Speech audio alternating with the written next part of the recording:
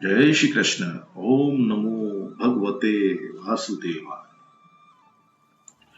उस समय सनत कुमार कहते हैं कि जो मनुष्य श्री कृष्ण की कथा करे, कीर्तन करे, ऐसे वैष्णव भक्त के हृदय में आप विराजमान हो, सबको सद्गति मिली है। जो वैकुंठ में जो आनंद मिलता है, वही आनंद श्री भागवत कथा में मिलता है। परंतु शर्त यही है कि प्रेम पूर्वक इस कथा का श्रवण किया जाए। कथा श्रवण के समय इस जगत को विस्मृत कर देना चाहिए। श्री भागवत ऐसा ग्रंथ नहीं है जो मृत्यु के पश्चात मुक्ति दिलाए, यह तो मृत्यु के पहले ही मुक्ति दिलाता है। श्रीमद् भागवत मुक्ति प्राप्त करने का शास्त्र है। वेदांत के दिव्य सिद्धांत व्यास जी ने इस महात्म में ही भर दिए हैं। छठा अध्याय विधि बताने के लिए है। सत्कर्म विधि पूर्वक किया जाए तो दिव्य बनता है। सत्कर्म काल के नियमों से अबाधित है। सत्यनारायण की कथा में भी कहा है, सत्कर्म करने में देर न करो। धर्मराज के पास आकर एक याचक ने दान मांगा। धर्मराज युधिष्ठिर ने उसे अगले दिन आने को कहा। भीमसेन ने इस बातचीत को सुनते ही विजय दुदुम्भी बजानी शुरू कर दी। सबने सोचा कि भीमसेन कहीं पागल तो नहीं हो गए हैं, क्योंकि विजय दुदुम्भी विजय के समय ही बजाई जाती है। भीमसेन ने इसका कारण बताते हुए कहा कि आज हमारे बड़े भाई ने काल को भी नियंत्रण में कर लिया है। वे जान गए हैं कि वे कल अगले दिन भी जीने वाले हैं। धर्मराज युधिष्ठिर के इस काल विजय के उपलक्ष्य में मैं यह दुदुम्भी बजा रहा हूं। धर्मराज युधिष्ठिर को अपनी इस भूल का तुरंत ज्ञान हो गया। कहा गया है, जानकीनाथ भगवान श्री राम भी नहीं जान सके कि कल प्रातःकाल क्या होगा। धर्मराज ने याचक को तुरंत वापस बुलाया और यथायोग्य दान दिया। सत्कर्म तत्काल करो। भवरोग की औषधि है यह भागवत कथा। जीव मात्र रोगी है। सबसे दुखदायी रोग है जीव का ईश्वर से वियोग। इस रोग के निवारण के लिए ही यह भागवत शास्त्र का आश्रय है। श्री कृष्ण के विरह रूपी रोग को दूर करने की औषधि यह भागवत शास्त्र है। रोग की परिचर्चा के समय आहार विहार आदि के कुछ नियम हमें मानने पड़ते हैं। वैसा ही कुछ इस कथा के लिए भी जरूरी है। शुभ मुहूर्त में कथा का आरंभ होना चाहिए। कथा के वक्ता के लिए भी कुछ जरूरी लक्षण बतलाए गए हैं। पहला लक्षण विरक्त भाव। श्री सुखदेव जी जगत से अस्पष्ट नहीं थे, फिर भी वे निर्विकार थे। हम भी जगत में रहते हैं, देखते हैं, परंतु हमारी आंखें विकार रहित नहीं है। श्री सुखदेव जी ब्रह्म दृष्टि वाले थे। प्रत्येक स्त्री पुरुषों को वे भगवत भाव से देखते थे। प्रत्येक नर नारी को भगवत भाव से देखते।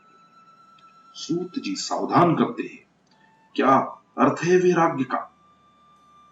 उपभोग के लिए अनेक पदार्थ सुलभ होने पर भी मन उनके प्रति आकर्षित न हो, वही है वैराग्य।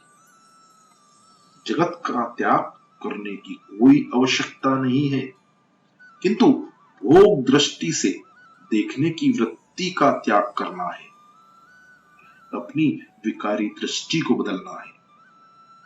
जगत को काम दृष्टि से, भोग दृष्टि से मत देखो। जब तक दृष्टि का दोष नहीं जाता, तब तक हमारी दृष्टि देव दृष्टि नहीं होगी। उपदेश करता ब्राह्मण अर्थात ब्रह्मज्ञ होना चाहिए।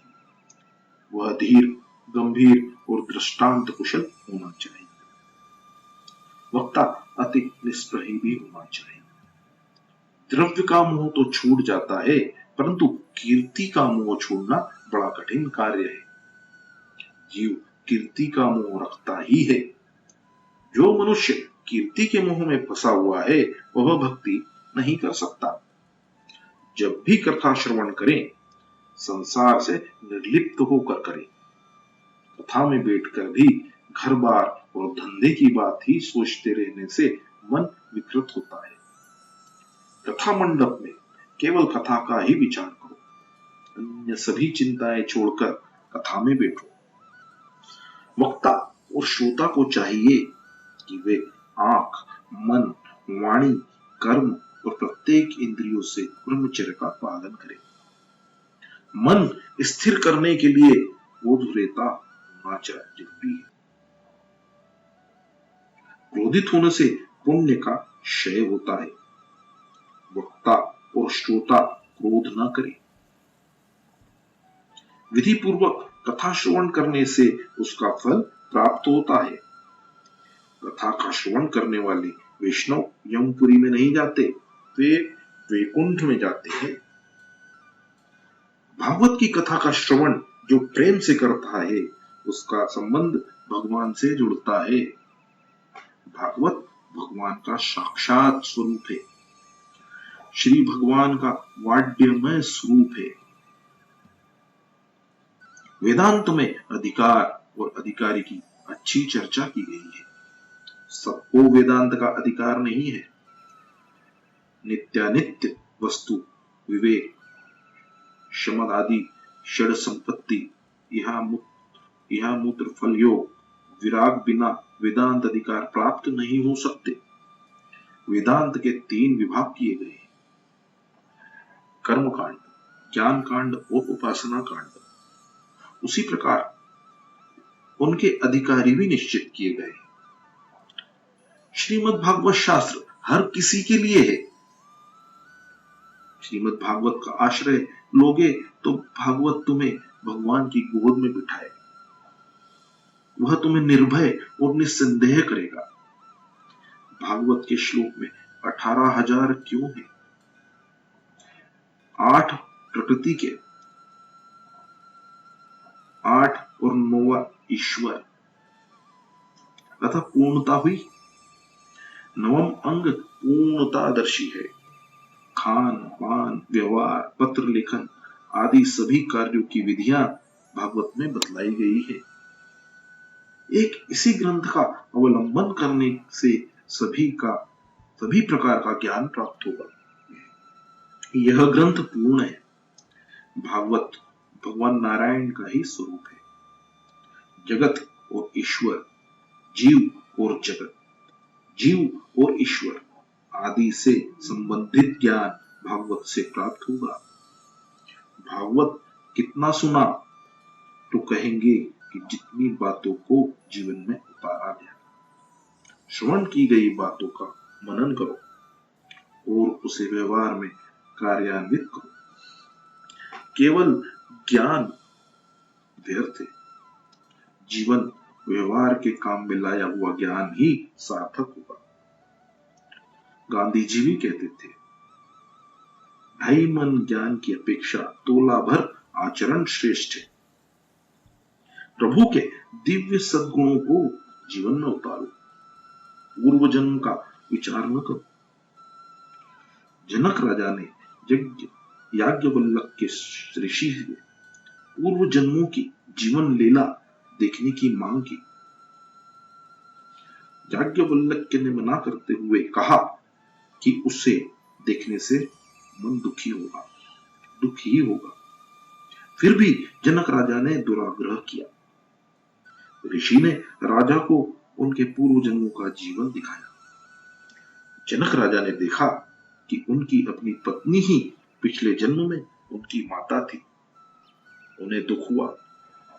अतः यही अच्छा है कि पूर्व जन्मों का विचार न करें, इसी जन्म को सार्थक करने का प्रयत्न करें।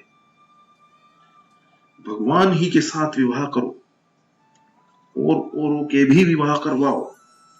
तुलसी राधा रानी का स्वरूप है।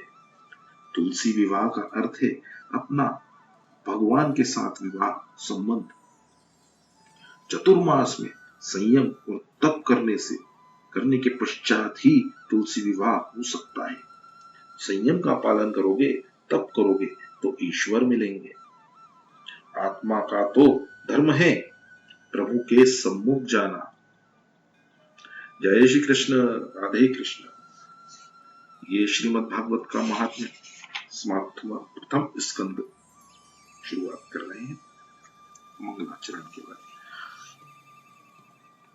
सत्कर्मों में अनेक विघ्न आते हैं, उन सभी के निवारण के लिए मंगलाचरण की आवश्यकता है। कथा में बैठने से पहले भी मंगलाचरण करो। शास्त्र कहते हैं कि देवगण भी सत्कर्म में विक्षेप करते हैं। देवों को ईर्ष्या होती है कि नारायण का ध्यान यह करेगा तो यह भी अपने समान ही हो जाएगा। अतः देवों से भी प्रार्थना करनी आवश्यक है। हे देव, हमारे सत्कार्य में विक्षेप न करना। सूर्य हमारा कल्याण करे, वरुण देव हम पर कृपा करे। जिसका मंगलमय आचरण है, उसका ध्यान करने से, उसे वंदन करने से, उसका स्मरण करने से मंगलाचरण होता है। जिसका आचरण मंगल है, उसका मनन और चिंतन करना ही मंगलाचरण है। ऐसे एक परमात्मा है। श्री कृष्ण का नाम और धाम मंगल है। संसार की किसी वस्तु या जीव का चिंतन न करो। ईश्वर का चिंतन ध्यान मनुष्य करे तो उसकी शक्ति मनुष्य को मिले। क्रिया में अमंगलता काम के कारण आती है। कामना जिसको स्पर्श करे, जिसे प्रभावित करे, उसका सब कुछ अमंगल होता है। श्री कृष्ण को काम स्पर्श नहीं कर सकता, अतः उनका सभी कुछ मंगल होता है। जिसके मन में काम हो, उसका स्मरण करने से उसका काम तुम्हारे मन में आएगा। सकाम के चिंतन करने से अपने में सकामता आएगी और निष्काम के चिंतन करने में मन निष्काम बनता है। शिव जी का सब कुछ अमंगल है, फिर भी उनका स्मरण मंगलमय है, क्योंकि उन्होंने काम को जलाकर भस्माभूत कर दिया है। मनुष्य जब तक सकाम है तब तक उसका मंगल नहीं होता। ईश्वर पूर्णतः निष्काम है, अतः उनका ध्यान करो, स्मरण करो। परमात्मा बुद्धि से परे है। श्री कृष्ण का ध्यान करने वाला निष्काम बनता है। श्री कृष्ण का सतत ध्यान न हो सके तो कोई आपत्ति नहीं, किंतु जगत के स्त्री पुरुषों का ध्यान कभी न करो। थोड़ा सा सोचने से ख्याल में ये बात आएगी कि मन क्यों बिगड़ा हुआ है। संसार का चिंतन करने से ही मन बिगड़ा हुआ है, विकृत है। प्रभु का चिंतन स्मरण करने से मन सुधरता है। जीव अमंगल है, प्रभु मंगलमय है। मनुष्य की काम वृत्ति नष्ट हो जाए तो सब कुछ मंगल हो जाता है। जो काम के अधीन नहीं है, उसका सदा मंगल ही होता है। काम जिसे मार सके, पराजित कर सके, वह जीव, वो काम को जो पराजित कर सके वह ईश्वर। मनुष्य का अपना अमंगल कार्य ही विघ्न करता होता है, किसी और का नहीं। प्रत्येक कार्य का आरंभ मंगलाचरण से करो। भागवत में 3 मंगलाचरण है। प्रथम स्कंद में व्यासदेव का, द्वितीय स्कंद में सुखदेव जी का और समाप्ति में सूत जी का। शैया में सोया हुआ मनुष्य पाप अधिक करता है। प्रभात के समय मंगलाचरण करो, मध्याह्न में मंगलाचरण करो, रात में सोने से पहले मंगलाचरण करो। व्यास जी ने ध्यान करते हुए कहा कि एक ही स्वरूप का बार बार चिंतन करो। मन को प्रभु के स्वरूप में स्थिर करो। एक ही स्वरूप का बार बार चिंतन करने से मन शुद्ध होता है। परमात्मा के किसी भी स्वरूप को इष्ट मानकर उसका ध्यान करो। ध्यान का अर्थ है मानस दर्शन। राम, कृष्ण, शिव या किसी भी स्वरूप का ध्यान करो। सर्वश्रेष्ठ सत्य स्वरूप प्रभु का ध्यान मैं करता हूं, ऐसा व्यास जी ने मंगलाचरण में कहा है। व्यास जी ऐसा आग्रह नहीं करते हैं कि एकमात्र श्री कृष्ण का ही ध्यान करो। वे किसी भी विशिष्ट स्वरूप का आग्रह नहीं करते हैं। जो व्यक्ति जिस किसी स्वरूप के प्रति आस्थावान हो उसका ही वह ध्यान धरे। ठाकुर जी से जिस रूप में हमें आनंद हो वही रूप उत्तम है। एक ही स्वरूप के अनगिनत नाम हैं। सनातन धर्म के अनुसार देव अनेक होते हुए भी ईश्वर तो एक ही है। मंगलाचरण में किसी एक देव का नामोल्लेख नहीं है। ईश्वर एक ही है, केवल उनके नाम और स्वरूप अनेक है। वृषभानु की आज्ञा थी कि राधा के पास जाने का किसी भी पुरुष को अधिकार नहीं है। अतः साड़ी पहन के और चंद्रावली का श्रृंगार धारण करके कृष्ण जी राधा से मिलने जाते हैं। कृष्ण साड़ी पहनते हैं तो माता बनते हैं।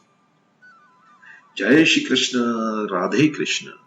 ओम नमो भगवते वासुदेवाय।